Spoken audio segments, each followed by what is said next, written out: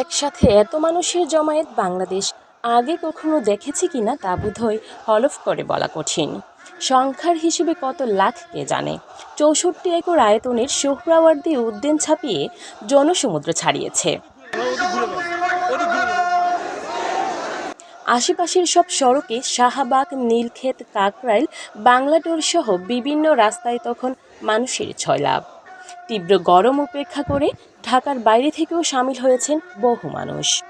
গণজামায়াতের নির্ধারিত কয়েক ঘন্টা আগে থেকেই শহরের প্রধান সড়কগুলোতে ছিল মার্চ ফর গাজা কর্মসূচির মিছিল। ঢাকার বুকে অগন্তি পতাকার ঢেউয়ে যেন জেগে উঠল নিপীড়িত ফিলিস্তিনের স্বাধীনতার গর্জন। স্লোগানে স্লোগানে বর্বর ইসরায়েলকে জানিয়ে দিল ফিলিস্তিনিদের অস্তিত্ব কেবল একটি ভূখণ্ডে সীমাবদ্ধ নয়, ছড়িয়ে আছে বিশ্বজুড়ে। আমরা আমাদের বুকের শেষ রক্তবিন্দু আমরা আমাদের জীবন দিতে দ্বিতীয়বার ভাবব না। এই ইসরায়েলের কাফেরের দালালেরা, তোমরা শুনে রাখো, পৃথিবীর মুসলমানরা কখনো ভয় করে না। পৃথিবীর আমরা তো ওই দেশে যেতে পারছি না, তা আমাদের দেশে যতটুকু সামর্থ্য আমরা প্রতিবাদ করতেছি। আমরা মনে করি যে কোনো স্বার্থের উদ্যোগে ওআইসি এবং জাতিসংঘকে এখন ফিলিস্তিনের পাশে দাঁড়াতে হবে। গাজাবাসীর প্রতি সংহতি জানানোর এই মিছিলে সামিল হয় দেশের সব রাজনৈতিক দল, ধর্মীয়, সামাজিক, সাংস্কৃতিক সংগঠন ও প্রতিষ্ঠানের প্রতিনিধিরা।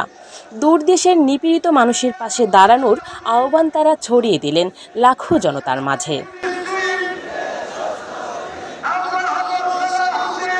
এরপর মঞ্চ থেকে ঘোষণা করা হয়, ঘোষণাপত্র ইসরায়েলের সাথে কূটনৈতিক সম্পর্ক ছিন্ন করতে পৃথিবীর সব দেশের প্রতি আহ্বান জানানো হয়।